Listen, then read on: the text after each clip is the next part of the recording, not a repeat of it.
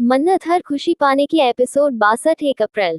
आज के एपिसोड में दिखाया जाता है शालिनी अपने आप पर हुए सारे चीजों का इल्जाम मन्नत पर लगा देती है। मन्नत बहुत ज्यादा इमोशनली वीक होकर वहां से निकलती है और शालिनी अंदर बहुत रो रही होती है। ऐश्वर्या मन में सोचती है, यह एक्सपेक्ट नहीं किया था ना तुमने मन्नत। मैं शालिनी के मन में इसके और इसके भाई को लेकर इतना डर बिठा दिया है कि अब यह वही करेगी जो मैं कहूंगी। तुम्हारा और मेरा सिर्फ खून मैच हो सकता है, मन्नत दिमाग नहीं।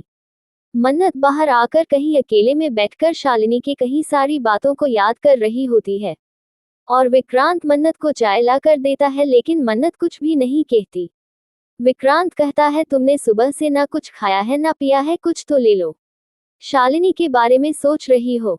कहती है, शालिनी का ही ख्याल आ रहा है मन में बार बार और कोई दूसरा ख्याल आ ही नहीं रहा है। इतना बड़ा हादसा हो गया उसके साथ, वह इतनी दर्द में है, वह इतनी तारी हुई है, इसलिए चुप है। पर हमें उसके लिए कुछ करना होगा। विक्रांत मन्नत के पास बैठकर कहता है, अगर शालिनी खुद नहीं कुछ करना चाहती है तो हम क्या कर सकते हैं? मिस मन्नत, शालिनी ने यह फैसला सोच समझ कर लिया है। ये हादसा एक ट्रॉमा है, शायद वह इस चीज से दोबारा गुजरा नहीं चाहती। वह कहते हैं ना कि घाव को खरीदने से वह और ज्यादा गहरा हो जाता है। मन्नत रहती है, पर अगर घाव का इलाज न करो, बस पट्टी कर दो, तो वही घाव नासूर बन जाता है। मुझे तो ये समझ में नहीं आता, अगर किसी के घर में चोरी होती है तो उसे तो कोई यह नहीं कहता कि अजी अपने अपने घर में चोरी कैसे हो जाने दी।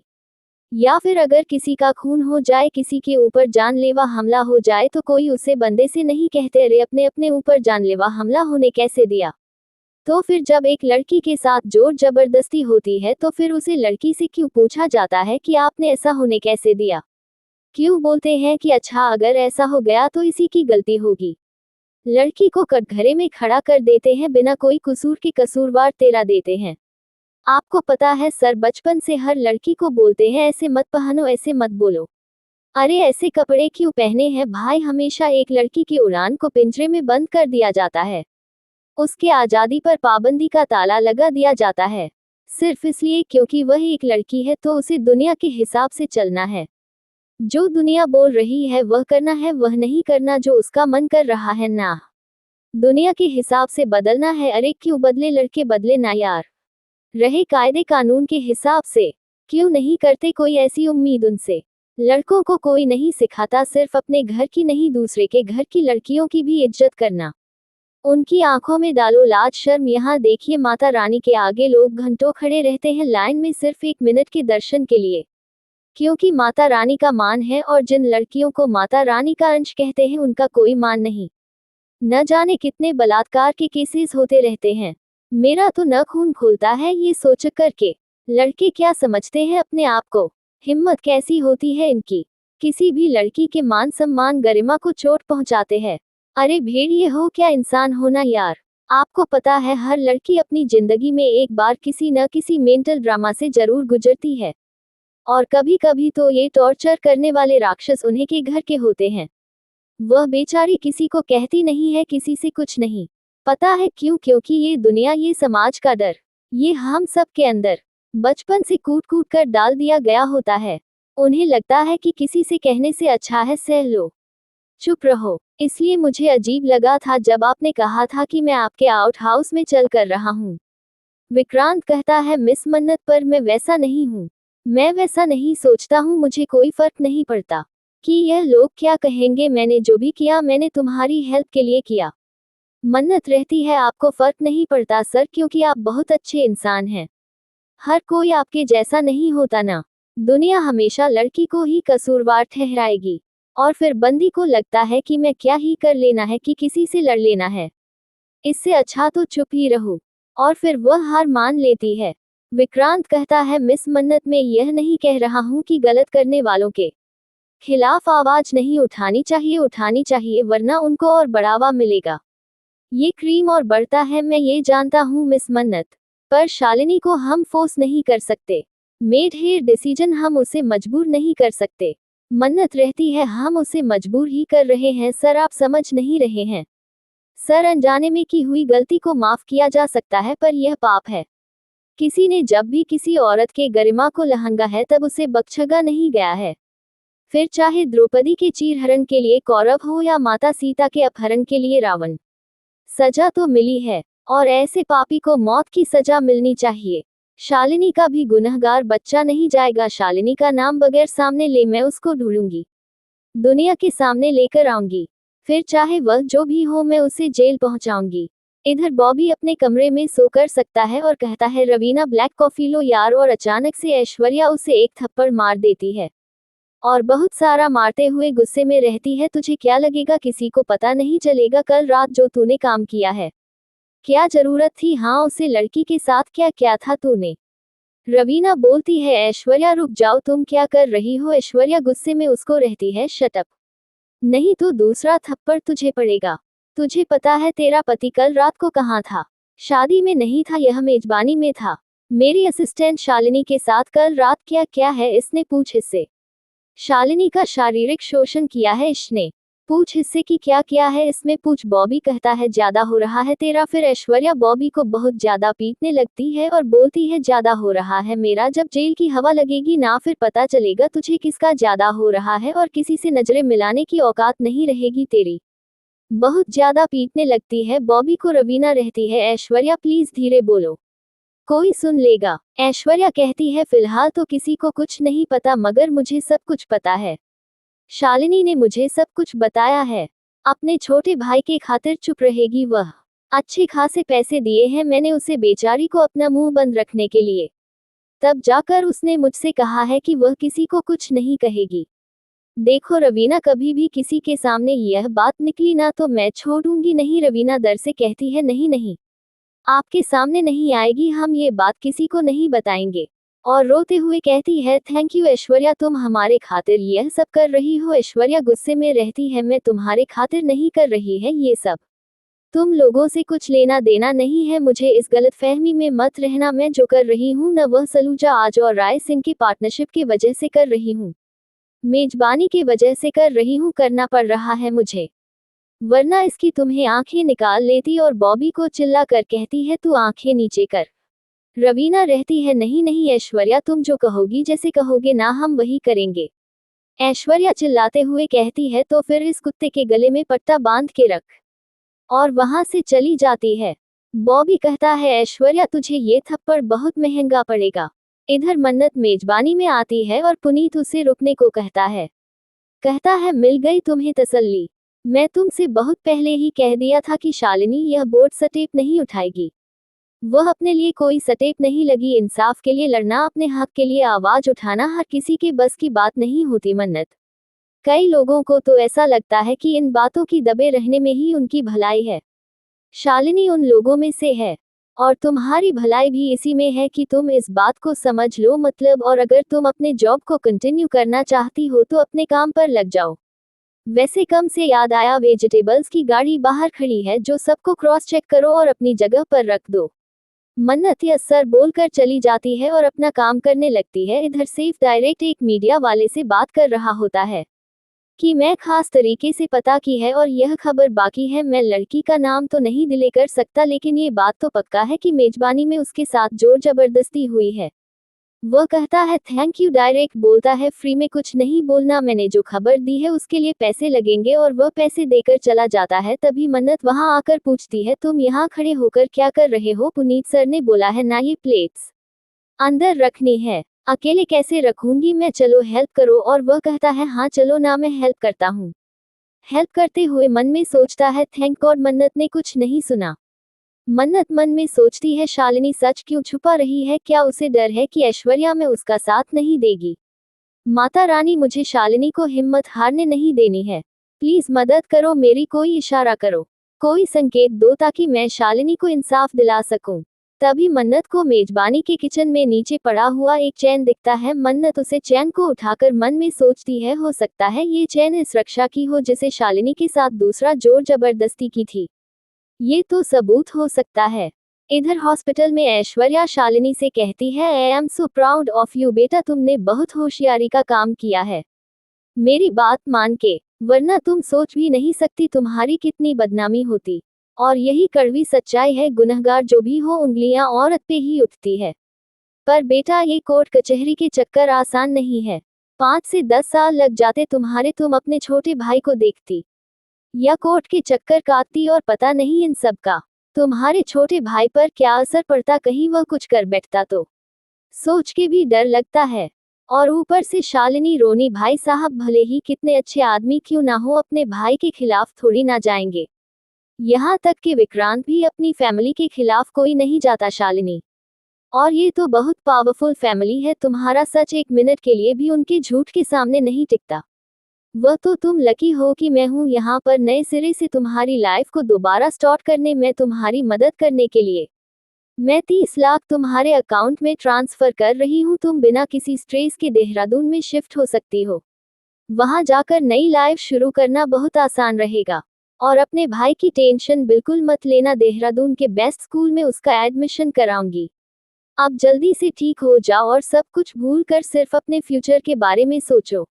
और मन में सोचती है, ये शालिनी मेरे बहुत सारे राज जानती है, मुझे इसे हमेशा डरा धमका कर रखना होगा ताकि अपना मुंह बंद रखें। फिर शालिनी से कहती है, और बस एक बात याद रखना शालिनी, कि अगर तुमने अपना डिसीजन चेंज किया, वह अपना किसी के भी सामने खोला, तो तुम्हारे साथ और तुम्हारे भाई के साथ जो कुछ भी होगा उसकी जिम्मेदार तुम खुद होगी, मैं तुम्हारी कोई मदद नहीं कर पाऊंगी। और टेक केयर बोलकर वहां से चली जाती। शालिनी मन में सोचती है, आई एम सॉरी मन्नत, आई एम रियली सॉरी, तुमने मेरी जान बचाई और मैं तुम्हारे साथ इतना बुरा किया। मैं मजबूर हूँ मन्नत, पर अब कुछ नहीं हो सकता, सब खत्म हो गया। इधर मन्नत उसे चैन को देखकर सोचती है, शालिनी तुम चाहे जो भी कहो, मगर इस चैन का यहाँ मिलना मुझे माता रानी का इशारा है कि मैं तुम्हारी मदद करूँ, तुम्हारे लिए लड़ो, तुम्हें इंसाफ दिलाओ। इसलिए मैं तुम्हारे लिए लड़ूंगी और तुम्हें इंसाफ दिलाकर रहूंगी, यह मन्नत खन्ना का वादा है। तभी मन्नत को नस का फोन आता है, वह बोलती है, आप दाता को भेज दीजिए, उनके कुछ टेस्ट करने हैं। मन्नत रहती है, हमें भेज दूंगी, माँ की तबीयत कैसी है? वह बताती है, माँ की तबीयत आपकी बहुत अच्छी है। तभी वहाँ के सेफ बोलते हैं, अरे बाहर चलो देखो, वहाँ ऐसा लग रहा है कि सब लोग रेस्टोरेंट में आग लगा देंगे। मन्नत मन में सोचती है, क्या हो रहा है बाहर? इधर सलूजा मेंशन में सब लोग खाना खा रहे होते हैं।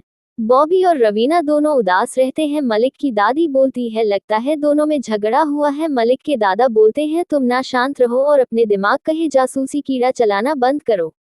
फिर मल्लिका की दादी पूछती है, सब ठीक तो है? क्या हुआ है तुम लोगों को? तुम बहुत परेशान लग रही हो। रवीना बॉबी कहता है, नहीं आंटी सब ठीक है। रवीना रहती है, नहीं ऐसी कोई बात नहीं, सब ठीक है। नीतू रहती है, आंटी जी मैं बताती हूँ कि क्या हुआ है। रोनी जी, आपका भाई और उसकी बीवी एक बहुत ही बड़ी बात हम लोगों से छुपा रहे हैं। रवीना बहुत घबरा जाती है और बोलती है, नहीं भाभी आप मेरी बात सुनिए। नीतू रहती है, तुम मेरी बात सुनो। रोनी जी, एक जानकार ने मुझे बताया है कि रवीना ने सुबह सुबह लंदन में कई रेस्टोरेंट मालिकों से बात की है, मगर मुझे एक बात समझ में नहीं आई कि ऐसी कौन सी बात है जो ये दोनों हम लोगों से छुपा रहे हैं, और सुबह सुबह बात भी कर ली इन लोगों ने लंदन। रवीना रहती है, नहीं छुपाने वाली कोई बात नहीं है, हम आप लोगों को बताने वाले थे कि हम दोनों लंदन वापस जा रहे हैं। रोनी कहता है, अरे पर क्यों, अभी अभी तो आए हो तुम दोनों, वापस जाने कितनी जल्दी क्या है? रवीना रहती है, भाई साहब आप नहीं कहा था ना कि और भी रेस्टोरेंट की जानकारी लेनी चाहिए, बस उसी के लिए हम लोग जा रहे हैं। फिर मलिक अपने फोन में देखकर बोलती है, वह और यह कैसे हो गया? डेट शालिनी वाली न्यूज लीक आउट हो गई। इधर मेजबानी में बहुत सारे लोग मेजबानी पर पत्थर चला रहे होते हैं, बहुत सारे न्यूज रिपोर्टर होते हैं और शालिनी के इंसाफ के लिए नारे लगा रहे होते हैं। वह लोग बहुत सारे सवाल पूछते हैं। पुनीत सबको बोलता है, प्लीज शांत हो जाए, हर सवाल का जवाब मिलेगा आपको, प्लीज शांत हो जाए। गुस्से में होते हैं, कोई भी शांत नहीं होता, बोलो। कई तरह के सवाल कर रहे होते हैं, शालिनी के बारे में पूछते हैं। विक्रांत कहता है, सुनिए मैं विक्रांत सलूजा हूँ, मेजबानी का ओनर, हम सब बात करेंगे पर थोड़ा शांत होकर, और सबसे पहली बात की मेजबानी को बदनाम मत करिए प्लीज, हम सारे सवालों का जवाब देंगे। एक न्यूज रिपोर्टर सवाल करता है, सर आपको जवाब तो देना ही होगा, और ऐश्वर्या में आप तो खुद एक औरत है, आप कैसे चुप रह सकती है? और तभी एक आदमी कीचड़ उठाकर विक्रांत के ऊपर फेंकने की कोशिश करता है, लेकिन मन्नत विक्रांत को साइड कर देती है और वह कीचड़ जाकर के मेजबानी के बॉर्डर पर पड़ता है।